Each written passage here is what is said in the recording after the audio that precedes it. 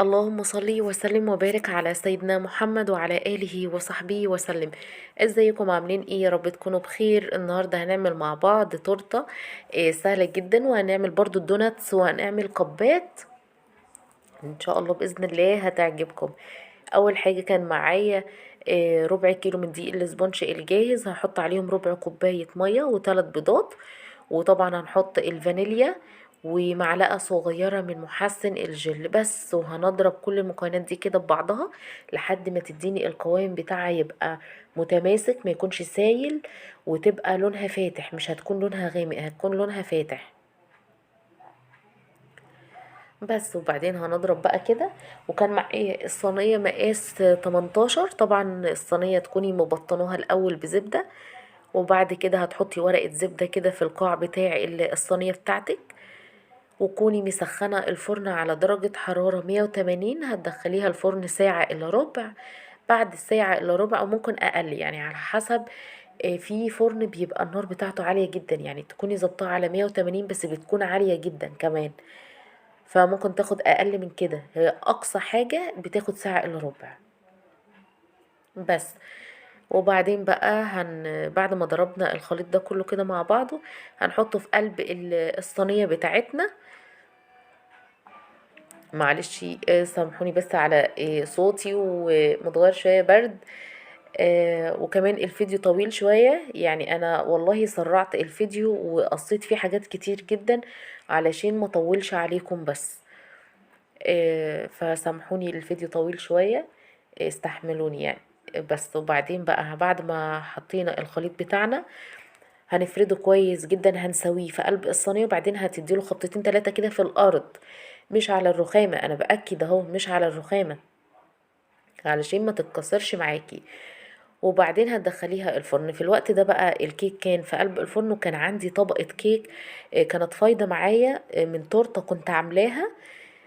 فجبت قبات كده، حطيت بقى ايه الكيكة دي. مش شرط يكون الكيكة يعني قطعة واحدة متساوية، لا، حتى لو مثلا عندك كيكة متقطعة كده حتت صغيرة عادي خالص، هتعملي منها القبات دي وهتديكي نتيجة كويسة جدا.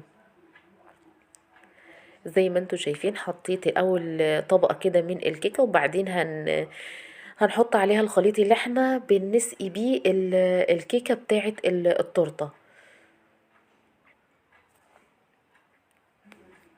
بس، زي ما انتوا شايفين كده. وبعدين هنحط كريمة، طبعا الكريمة انا كنت عاملاها معاكم برضو قبل كده كذا مرة يعني. بصي هقولك على المقدار بتاع ال الكريمة اللي هو يديكي القوام المظبوط. كوبايتين مية، تكون مية ساقعة جدا، عليهم كوباية واحدة من الكريم شانتيه الخام، يكون نوع المتحدة أفضل نوع يعني. وبعدين هتحطي معلقتين من اللبن البودر ونص كوباية سكر بس. هي دي الكريمة، تاخدي قوام هيبقى القوام بتاعها يعني ولا هو خفيف قوي ولا هو تقيل قوي، هيبقى وسط زي ما انتوا شايفين كده.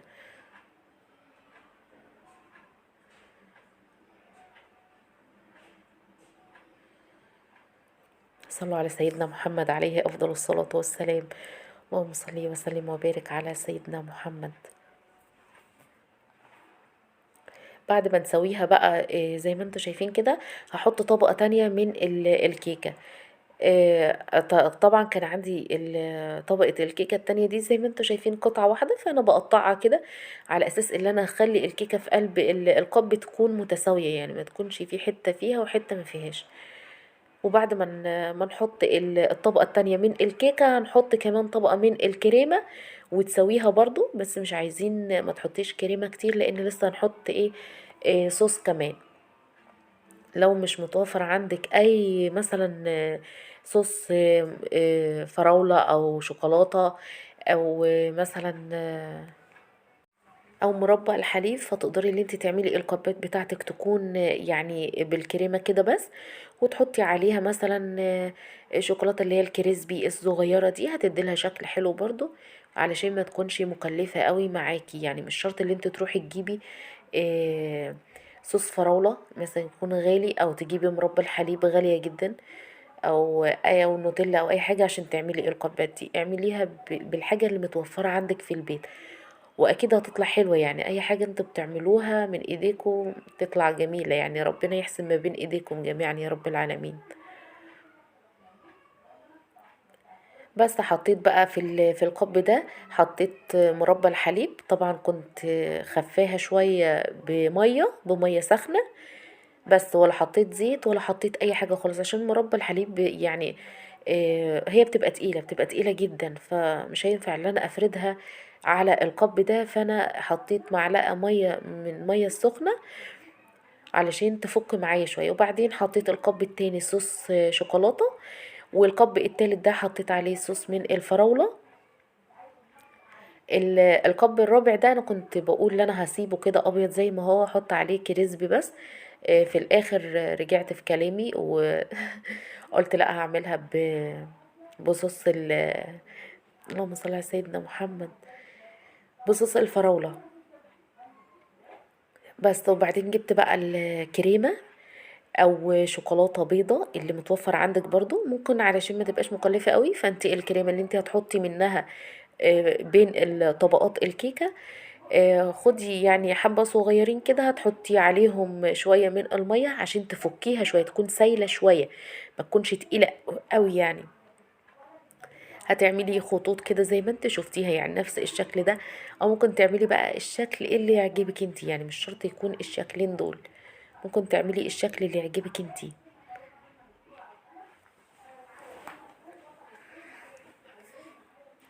بس. وبعدين بقى في الوقت ده قلت ايه بقى، انا هحط لا الكب الرابع ده هحط عليه كمان صوص الفراولة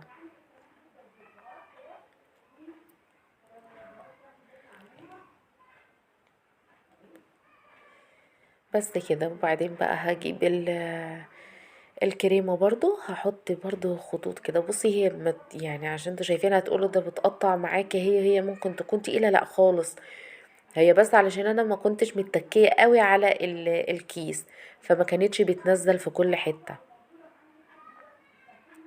لازم تكون الكريمة خفيفة، لو انت هتعملي الاشكال دي تكون الكريمة خفيفة عن الكريمة اللي انت حشيتي بيها بين الطبقات بس. وبعدين جبت شوكولاتة كريسبي اللي هي اللي هي الشوكليت، يعني اللي لونها بني او سمرة دي. هحط داير ما يدور كده على مربى الحليب بس، علشان عايزة القب بتاعي يعني يكون يظهر اكتر. يعني لما حطيت الشوكولاتة دي فكانت القب ظهر معايا اكتر من الاول. وبعدين كان معايا الشوكولاتة دي انا اللي كنت عاملاها برضو في البيت بشوكولاتة خام، هعملها معاكم برضو ان شاء الله بإذن الله، هعرفكم الطريقة اللي هي على شكل شباك دي زي ما انتوا شايفين. وبعدين جبت كريسبي لونه فضي كده، هحط برضو عشان اكسر اللون الاحمر ده، ما يكونش كلها لونها يعني لون احمر وبس الشوكولاته اللي في النص. وبعدين جبت الشوكولاته اللي هي البيضه الكبيره دي، حطيت واحده في النص على صوص الشوكولاته وواحده على صوص الفراوله بس كده، ويكون القبات بتاعتنا جهزت. احطها في التلاجة بقى. وبعدين هنعمل الدوناتس في الوقت ده. بعد ما خلصت القبات كانت الكيكة بتاعة التورتة استوت وطلعتها. طبعا زي ما انتوا عارفين ان انا بطلعها من الفرن بغطيها، وبشيل الاول بقلبها وبشيل طبقة اللهم صل على سيدنا محمد، بشيل ورق الزبدة اللي هو كان في القاع بتاع الصينية. وبعد كده بغطيها واسيبها لحد تاني يوم، او لحد ما هاجي يعني لحد ما تبرد خالص وهاجي اشتغل فيها. بصوا ده كان تاني يوم طبعا، ما كانش في نفس اليوم خالص، ده كان تاني يوم الصبح او الظهر، يعني ما كانش الصبح قوي. بس جبت الكيكه بتاعتنا كانت طريه جدا جدا. طبعا شلت الوش بتاع الكيكه وظبطت الدرجه اللي احنا هنقطع بيها اللي هو المنشار ده، ظبطت على درجة 8 بالظبط. اداني 3 طبقات حلوين، يعني مش رفيعين قوي ولا اللي هم يعني تكون سميكة قوي، لا وسط. كانت جميلة جدا. الربع كيلو من الدقيق اداني 3 طبقات من الكيك. بصي الطبقة كانت يعني السمك بتاعها كان حلو، مش رفيعة قوي. بس كده قطعنا الكيكة بتاعتنا. هنعمل بقى الكريم شانتيه اللي احنا هنحشي بيه الكيكة. كان معايا كوبايتين من المية الساقعة، وبعدين حطيت نص كوباية سكر، ومعلقتين من اللبن البودر. وبعدين هنضرب كل المكونات دي لحد ما السكر يدوب معانا كويس. مش شرط تحطي سكر بودر، عشان بشوف ناس تيجي تعمل الكريمة فبيقولوا يعني لازما يكون سكر بودر. لا خالص، انا بعملها بسكر حبيبات عادية. بحطه في المية الاول وبعدين بدوب السكر، وبعدين بنزل بكوباية من الكريم شانتيه الخام. وبعدين حطيت معلقة من الكاكاو الخام، طبعا افضل نوع هنا في مصر من الكاكاو اسمه كاكاو خام اسباني، الكاكاو الاسباني افضل نوع تجيبيه او متوفر في مصر. يعني انا جربته كتير وكان حلو جدا، بس النوع اللي انا حطيت منه ده الحقيقة مش من هنا خالص يعني. وبعدين حطيت بعد ما ضربت الخليط كله، حطيت بقى معلقتين من النوتيلا، علشان عايزة الكريمة بتاعتي او النوتيلا دي هتعزز طعم الكريمة، هتكون لونها طعمها يعني هيكون جميل جدا. فعلا فرقت خالص في الطعم. جربيها لما تيجي تعملي مثلا الكريمة اللي هي بالشوكولاتة، حطي معلقتين من النوتيلا، هتفرق يعني جامد في طعم الكريمة بتاعتك. وبعدين جبت القاعدة اللي احنا هنحط عليها التورتة. طبعا حطيت معلقة كده من الكريمة بس علشان يعني تخلي الكيكة معايا متماسكة، ما تفضلش ما تتحركش وانا بحط عليها الكريمة بس. وبعدين حطيت طبقة من الكيكة، طبعا هنسقيها بالخليط اللي انا يعني قلت لكم عليه كتير، اللي هو بيبقى عبارة يعني عن شربات بيبقى خفيف جدا. او ممكن تستغني عن الشربات ده وتعمليه بنص كوباية حليب عليها معلقة او معلقتين من السكر بس. وبعدين جبت الكريمة بقى، هنحط طبقة كده تكون كويسة، يعني ما تكونش سميكة قوي ولا تكون رقيقة قوي يعني. وبعدين هنفرد زي ما انتوا شايفين كده، الكريمة كانت يعني بتتفرد معايا بكل سهولة، لانها القوام بتاعها كان مظبوط، ولا هو تقيل قوي ولا هو خفيف. بصوا الكيكة كانت طرية جدا، يعني انا كنت بقول انا مش عايزة اسقيها الخليط ده، لان هي كانت طرية جدا جدا كمان. وبعدين قلت خلاص يعني ممكن احط حاجات خفيفة كده، يعني مش هحط كتير.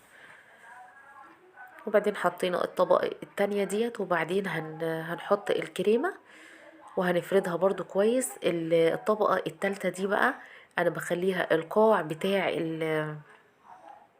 بتاع الكيكة، بخليها هو اللي يبقى الوش اللي فوق، علشان القاعدة بتاعة الكيكة بتكون متساوية.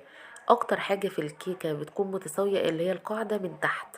فانا زي ما انتوا شايفين كده القاعدة دي انا هخليها تبقى هي ديت الوش بتاع الكيكة من فوق، علشان تكون متساوية، ما تكونش في حتة عالية وحتة واطية.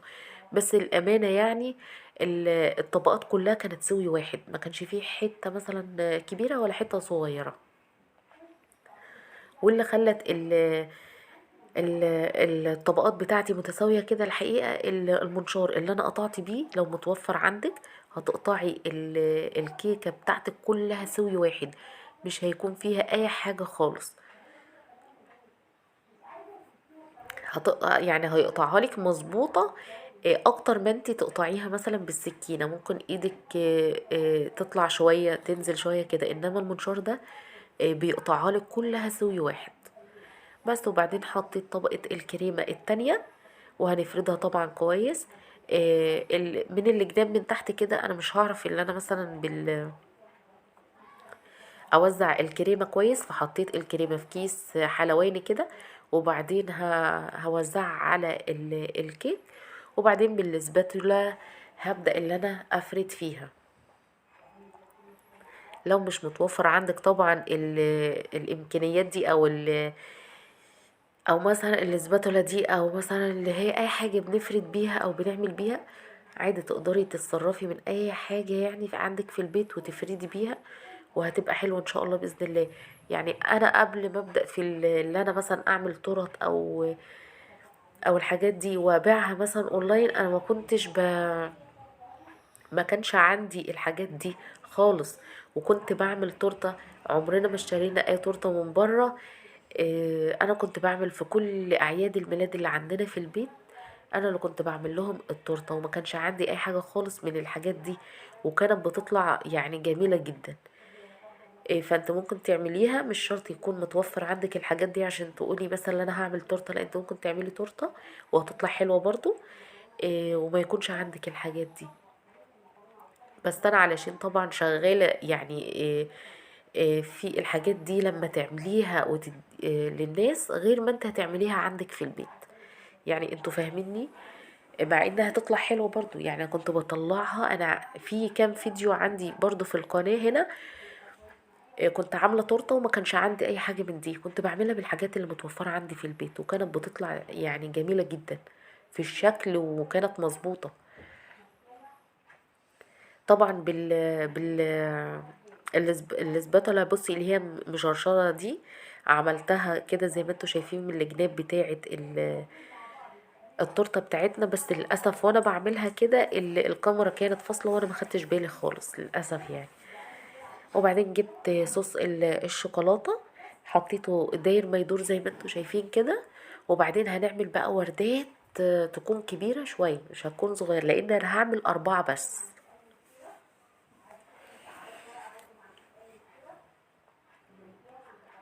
بعد ما عملنا الوردات دي كده هنحط بسكوت بقى الاوريو. هنحط برضو بين كل وردة والتانية هنحط واحدة من البسكوت. وبعدين جبت الكريسبي اللي هو الفضي ده، هحط يا 2 على كل وردة كده 2.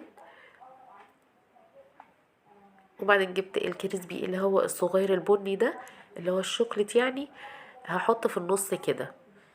الحقيقة يعني صاحبة التورتة دي هي اللي كانت مختارة الشكل ده، مش أنا. يعني أنا كان في دماغي اللي أنا هعملها شكل تاني خالص مختلف عن ده، بس هي اختارت الشكل ده.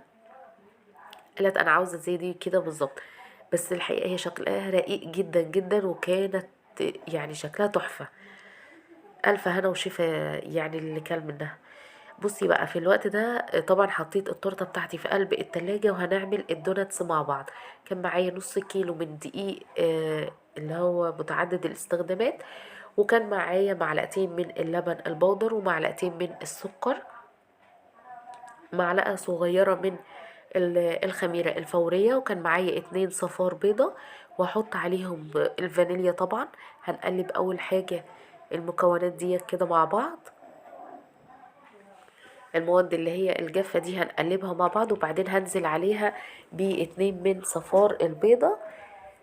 وبعدين هحط كان معايا 2 إلا ربع من الحليب. الحليب يكون دافي، ما يكونش ساخن ولا يكون ساقع، يكون دافي بس.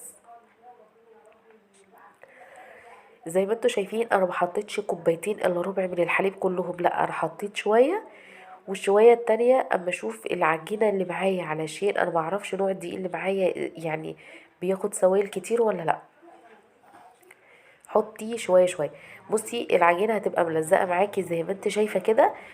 الزبدة بقى ربع كوباية من الزبدة هي اللي هتلم معاكي العجينة دي. اول ما تحطي الزبدة وتبدأي اللي انت تعجني فيها، العجينة هتقطع معاكي، ما تقلقيش خالص. افضلي اعجني فيها، بتاخد وقت شوية زي مثلا 10 دقايق. بعد ما تعجنيها كويس جدا هتبقى عجينة متماسكة زي ما انت شايفة كده. بعد ما تقطع معاكي هتلم تاني وهتبقى متماسكة كده. بس هنسيبها ترتاح كده لمدة مثلا 10 دقايق. وبعدين هنجيب بقى الايه اللي احنا نقطع العجينة بتاعتنا.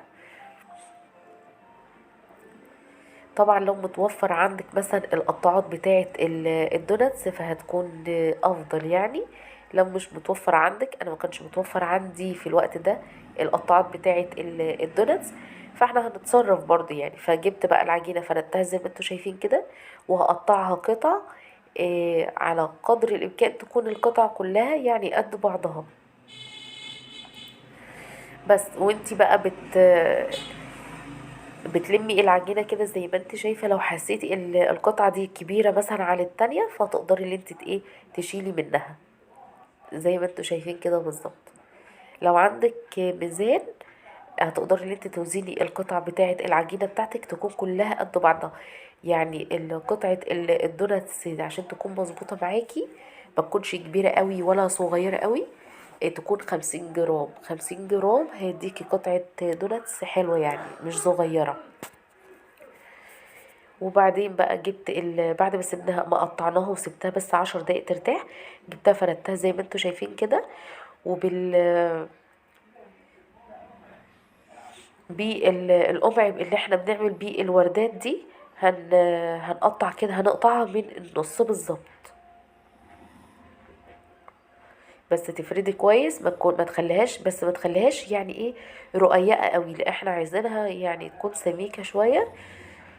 وبعدين هتقطعي من النص. انا بعمل بس كده علشان انا عايزه الفتحه اللي في النص دي تكون كبيره شويه، علشان لما هتخمر معايا الفتحه دي بتضيق شويه. ولما بتحطيها مثلا في قلب الزيت تستوي، بتزيد معاكي، فالفتحه دي بتضيق اكتر. بس بعد طبعا ما تفرديها كده وتسويها، هتيجي في النص كده بالظبط يعني بالنظر كده هتقطعي. وبعدين هتحطيها على ورق زبدة. انا هسيبها على ورق الزبدة دي، مش هحركها، هسيبها تخمر وهي على ورق الزبدة. بعد ما تخمر كويس جدا هتجيبي بقى الزيت بتاعك، ما يكونش ساخن قوي.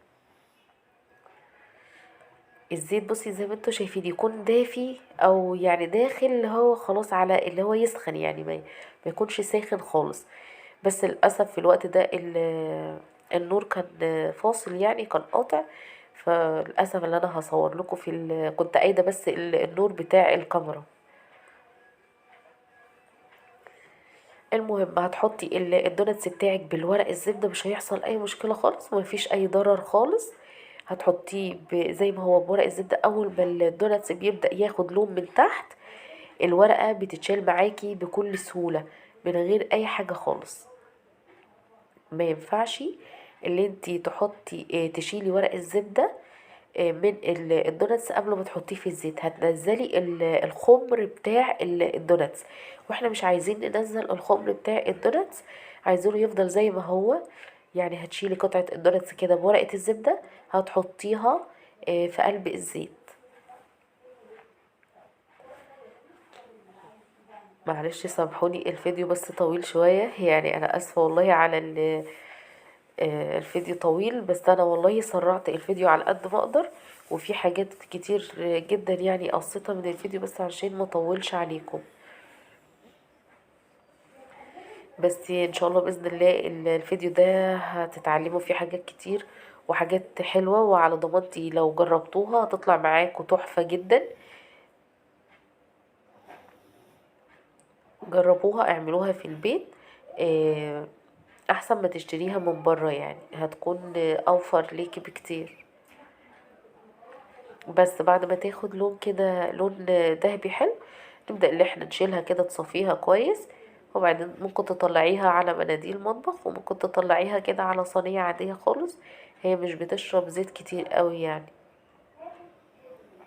بصي ورق الزبدة بيتشال معايا بكل سهولة من غير اي حاجة خالص.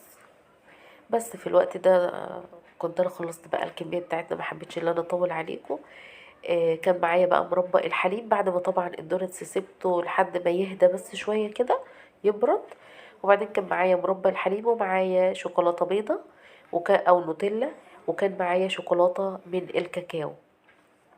هنحط الدونتس بتاعنا في قلب الشوكولاتة كده زي ما انتوا شايفين، وبعدين هتطلعيها على صينية. لو مش متوفر عندك الصوص ده او اي صوص او اي صوص يعني من اللي انا جايباه ده، اعملي الدونتس عادي خالص وسكر بودر، وترشي على الدونتس بتاعك، هيديكي نتيجة تحفة جدا. بدل ما تكلفي نفسك وتروحي تجيبي مربى الحليب غالية، ولا تجيبي مثلا نوتيلا بيضة او نوتيلا اللي هي الشوكولات البني، مكلفة جدا على فكرة وغالية. فتقدري اللي انت تعمليها بسكر بودر بس. بصي انا وريتكم الدوناتس كان من جوه طري جدا، ما كانش ناشف ولا اي حاجه خالص، كان طعمه بجد يعني جميل. جربوها ان شاء الله باذن الله هتعجبكم جدا. بس وبعدين جبت شوكولاته برضو من البيضه، هحط على مربى الحليب كده من فوق، اي شكل بقى انت عايزاه اعمليه على ذوقك انت بقى، ودي حريه شخصيه يعني. بس وبعد ما اخلص الكميه بتاعتنا كلها كده، احطها في التلاجة بس شوية الشوكولاتة دي تتماسك. وبعدين هبدأ بقى اللي انا احطها في قلب العلبة. طبعا قبل ما يعني ما صاحبة التورتة دي تيجي تاخدها، ببدأ اللي انا احطها في العلبة. طبعا التورتة كانت قعدت اكتر من ساعتين في قلب التلاجة. هحط التورتة، وبعدين هحط 2 من القب اللي انا عملته، واحط 2 من الدوناتس. بس زي ما انتوا شايفين كده. واتمنى يكون الفيديو عجبكم واستفدتوا منه. ولو عجبكم الفيديو ما تنسوش بدعوة حلوة كده، ربنا يشفينا ويشفي كل امراضنا وامراض المسلمين جميعا يا رب. ولايك وشير وسبسكرايب لمطبخ ابرار. اسيبكم في رعاية الله، والسلام عليكم ورحمة الله وبركاته.